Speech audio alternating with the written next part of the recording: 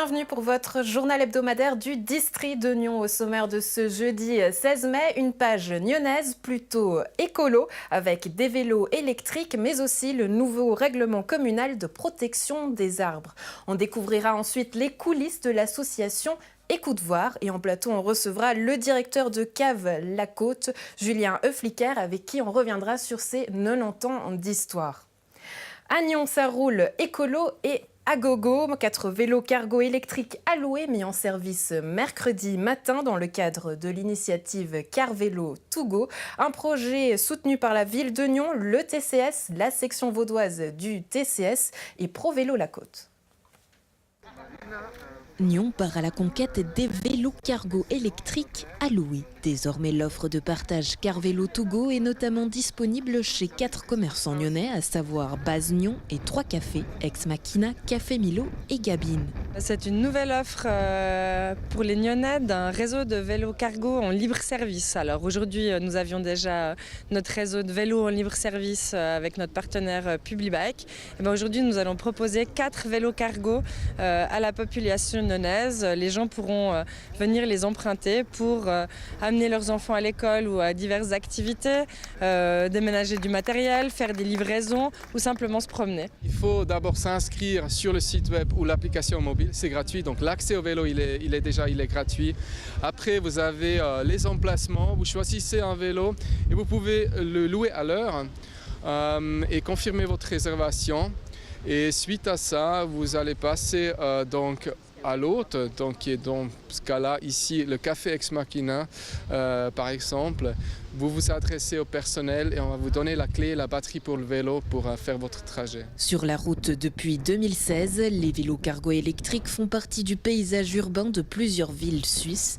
À Nyon, le projet est financé par la ville, le TCS, la section vaudoise du TCS et Pro Vélo La Côte. Le vélo cargo électrique, c'est un vélo qui est fantastique et c'est un vélo qui sait faire beaucoup plus qu'un vélo traditionnel ou classique parce qu'il permet de transporter des enfants ou de la marchandise et c'est un petit peu une voiture alternative pour la ville. Là, avec les vélos cargo, pour plein d'activités journalières, on a une alternative qui est réaliste à la voiture. Voilà, quand vous avez des courses à faire pour une famille de 4 personnes, avec un simple vélo, c'est compliqué. Avec un vélo cargo, ça devient possible. Donc voilà, on est très heureux aujourd'hui, la ville de Nyon, de pouvoir offrir cette possibilité-là aux Nyonnaises et aux Nyonnais. Le TCS Vaud soutient toutes les formes de mobilité et puis immédiatement la section vaudoise a trouvé intéressant de participer à un projet novateur comme était Car Vélo To Go. Le vélo cargo en fait c'est un maillon de plus dans les multiples usages du vélo qu'on peut envisager. Il permet de faire des transports, il permet d'être très très mobile à l'intérieur d'une ville. Donc c'était logique qu'on devait participer à cette action et on est content d'avoir été associé. Une offre qui roule et peut-être l'occasion de l'essayer lors de la journée du vélo. La petite reine sera à l'honneur samedi 18 mai avec des activités en faveur de la mobilité active. Toujours à Nyon, le nouveau règlement communal souhaite plus de verre. Lors du dernier conseil, le législatif a présenté la notion d'arbre remarquable et mis en lumière la commission consultative des arbres. Autre modification, le sujet des abattages sera relayé au pilier public et sera sur le site internet de la ville. Lundi soir, le législatif nyonnais a accepté de revoir l'actuel règlement communal de protection des arbres, un règlement qui date de 1990. L'objectif était triple, mieux définir les critères de protection des arbres, clarifier les autorisations d'abattage et préciser la méthode utilisée pour les compensations. La ville, c'est encore vivant. La ville de Nyon l'a agrandi, s'est densifiée. Il y a beaucoup plus d'habitants qu'avant. Et puis, en même temps, la nature en ville est super importante. Donc, il fallait redéfinir un certain nombre de paramètres dans le domaine de la protection des arbres. Au final, ce texte contient plusieurs nouveautés, adaptées au développement urbanistique communal et à sa densification, ainsi qu'à la prise de conscience citoyenne en matière d'environnement et de biodiversité. Ce règlement vise vraiment à protéger tout le corps vivant de la ville de Nyon et si on doit abattre certains arbres, de bien définir à quelles conditions on peut le faire et comment on doit compenser si on le fait. Le sujet particulièrement émotionnel de l'abattage des arbres mérite bien sa propre communication. Désormais, une telle demande sera affichée au pilier public et sur le site internet nyon.ch pendant 20 jours. Il faut que les gens sachent quand on va abattre un arbre. C'est pour ça qu'on a demandé que les demandes d'abattage paraissent sur le site internet de la ville. La notion d'arbre remarquable fait elle aussi son apparition dans ce règlement, un terme qui définit les critères physiques de l'arbre, son importance, sa curiosité dendrologique et biologique, ainsi que sa valeur culturelle et émotionnelle. Et tous les 5 ans, cet inventaire sera remis à jour. Alors un arbre remarquable, c'est un arbre qui, soit par son espèce, soit par son genre, soit par sa dimension, soit par le fait qu'il est lié à un événement historique du passé, mérite d'être protégé et conservé. La commission consultative des arbres est officialisée, son rôle est consultatif et si elle peut émettre des préavis, elle n'aura toutefois aucun pouvoir décisionnel. Jusqu'à présent, on ne disait pas qu'il y avait une commission consultative. Alors je pense que c'est important, si les citoyens ouvrent le règlement sur la protection des arbres, qu'ils sachent qu'il y a une commission de conseillers communaux, mais pas seulement, aussi d'experts, de gens qui connaissent bien le domaine, qui donnent leur avis avant qu'il y ait un abattage ou avant qu'on construise un nouveau quartier, qu'on mette au point un nouveau plan de quartier. Et ça, c'est super important. Et pour l'exemple, prenons au hasard le séquoia géant de la Ceuta qui pourrait être abattu dans le cadre du nouveau plan de quartier. Est-il un arbre remarquable? Le rapporteur de la commission chargé d'étudier ce nouveau règlement nous répond. Je ne suis pas un professionnel, donc je ne peux pas vous le dire comme ça de but en blanc. Ce que je peux dire, c'est que les séquoias qu'on a beaucoup plantés dans le passé, ils supportent beaucoup plus mal maintenant le climat nyonnais, le climat de la Suisse en général, et certains sont atteints d'une maladie. Donc c'est un gros point d'interrogation, les séquoias. Les arbres participent à la qualité de vie et au bien-être de la ville. C'est un patrimoine essentiel qu'il s'agit de préserver et c'est exactement le message qu'a fait passer le législatif nyonnais en adoptant à l'unanimité ce nouveau règlement communal. À Gland, la culture agite la commune. Le conseil communal a refusé par un amendement d'octroyer en matière un crédit de 20 000 francs destiné à remplacer l'œuvre artistique au collège de Mauverney. Une somme qui faisait partie d'un crédit de rénovation de 500 000 francs pour l'établissement. Par ailleurs, un conseiller a déposé une interpellation qui demande des comptes au service de la culture. À Gland, on se bat pour 20 000 francs. Jeudi soir, après un long débat, le conseil communal a refusé de débourser cette somme. Elle devait servir au remplacement de l'œuvre artistique du collège de Mauverney. Le but n'était pas du tout de se battre contre 20 000 francs vraiment.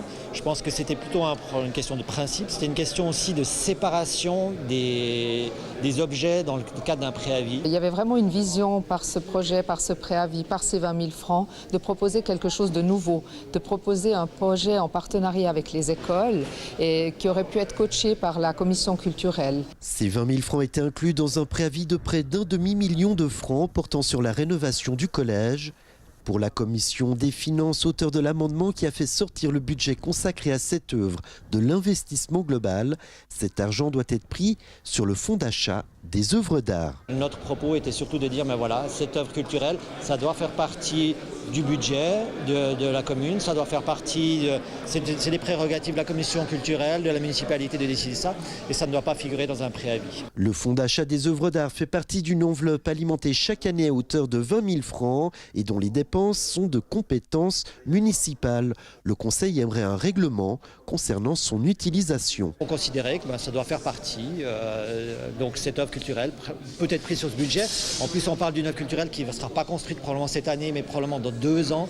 Donc, si vraiment il y avait besoin, je pense que la municipalité pourrait revenir vers nous avec une augmentation du budget sur ce fonds d'œuvres culturelles. C'est un montant finalement de 20 000 francs qui est mis au budget chaque année pour alimenter un fonds d'œuvres culturelles. Et la commission culturelle fait des propositions pour utiliser ces fonds.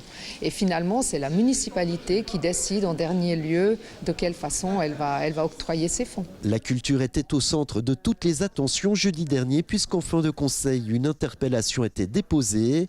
Une interpellation qui demande des comptes à la municipalité sur la politique communale en matière de culture. Elle soulève quelques points importants face à un changement profond de la politique culturelle de notre ville ici à Gland. Elle se professionnalise, elle change.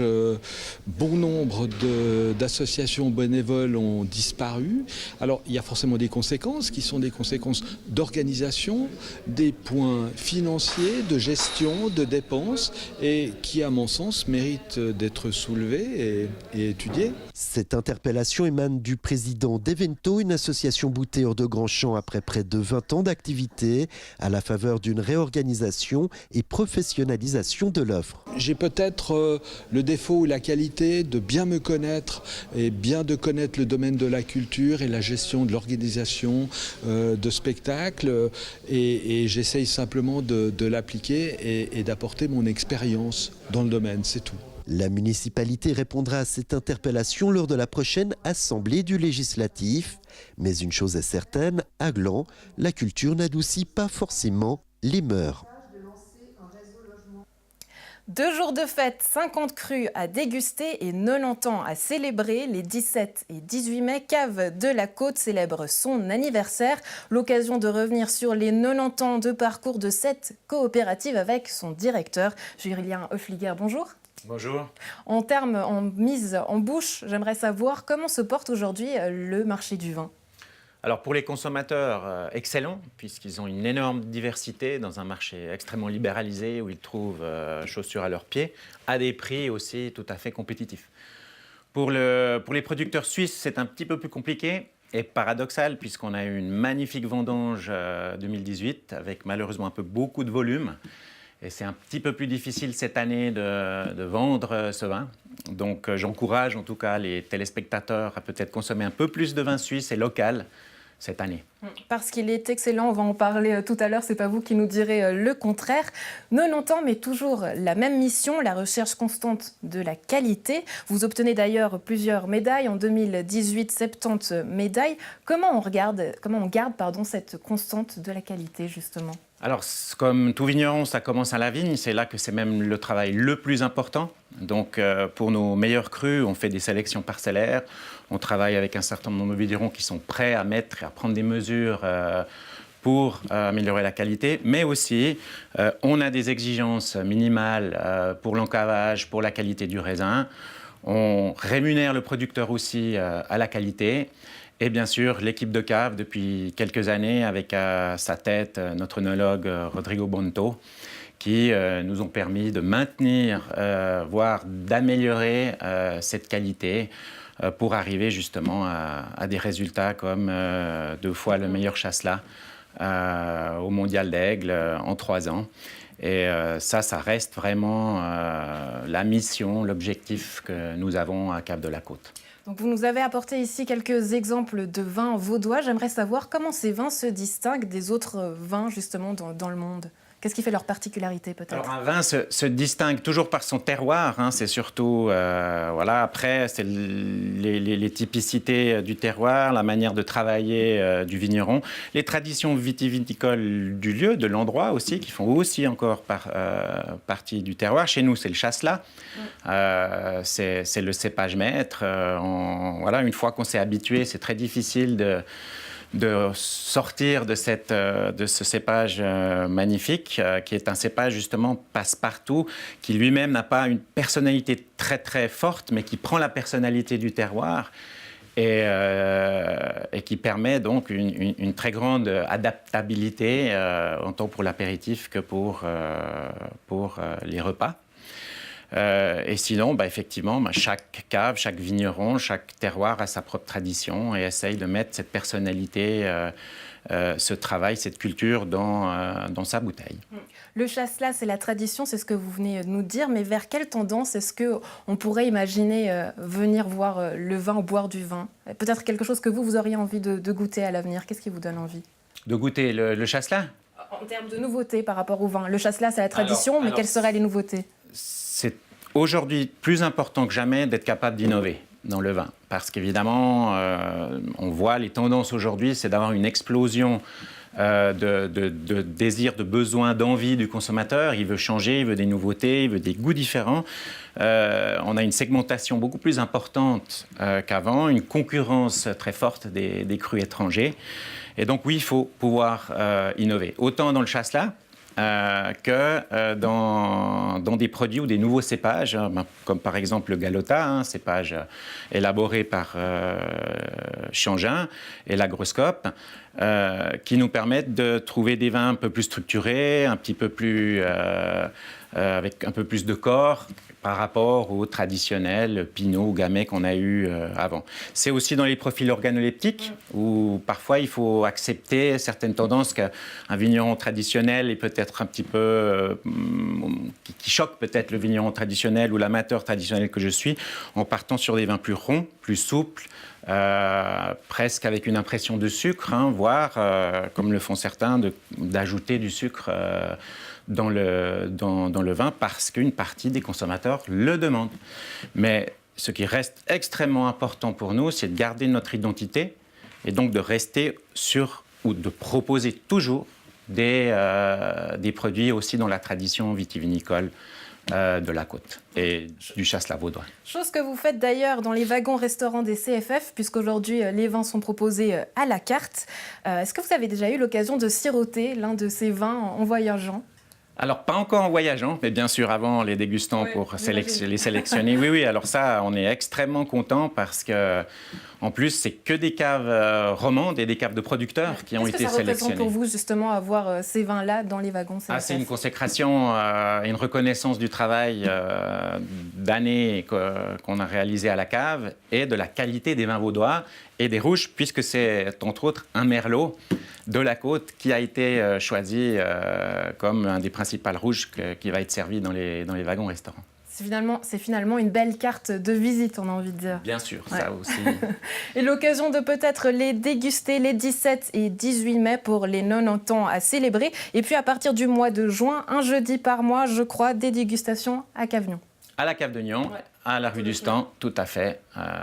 On vous attend pour des événements de dégustation parallèlement à ce vendredi et ce samedi, les 90 ans, par contre, à Morges, à la Cave de Tolochna. Julien Flicard, merci d'avoir été avec nous et à très bientôt. Merci.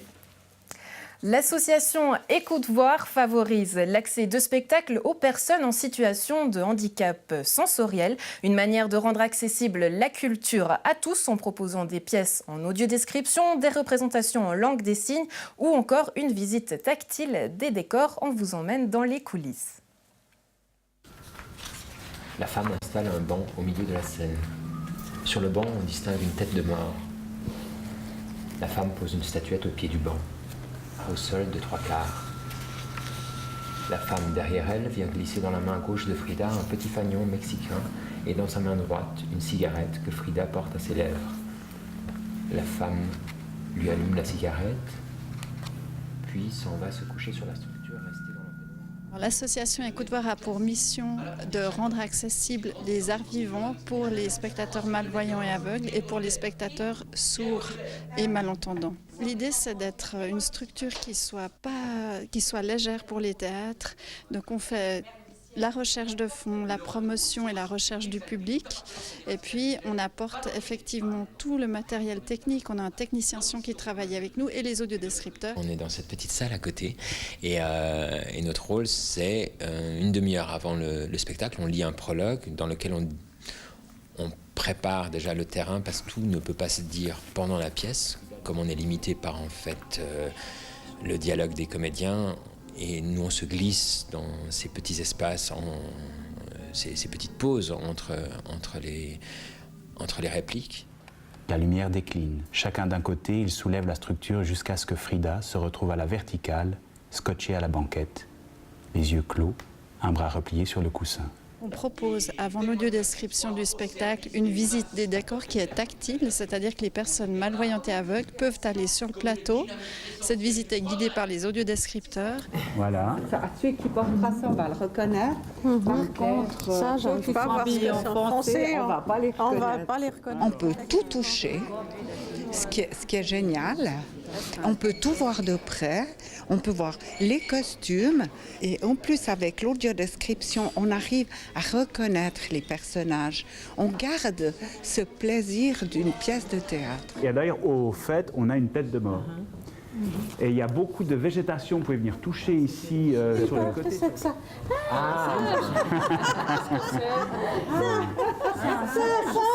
Oui, c'était la longueur du bras qui peut passer sur l'épaule facilement. De la fourrure. Vous montrez le visible et l'invisible. Oui.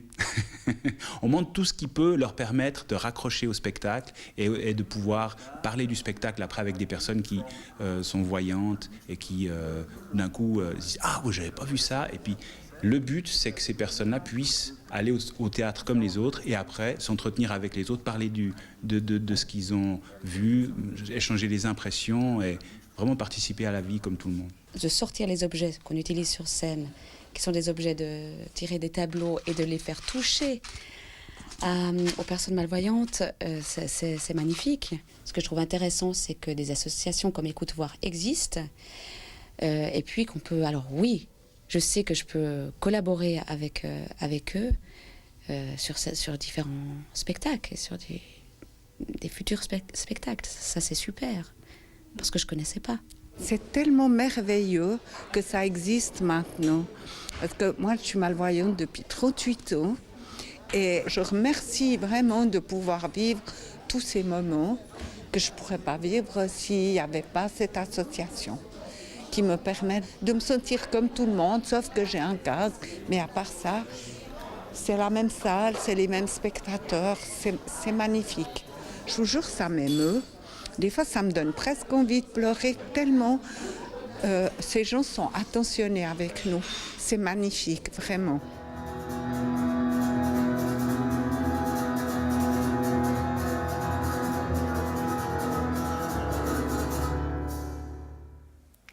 Et prochain rendez-vous proposé par l'association Écoute Voir le vendredi 31 mai à l'Opéra de Lausanne pour découvrir Orphée et Eurydice.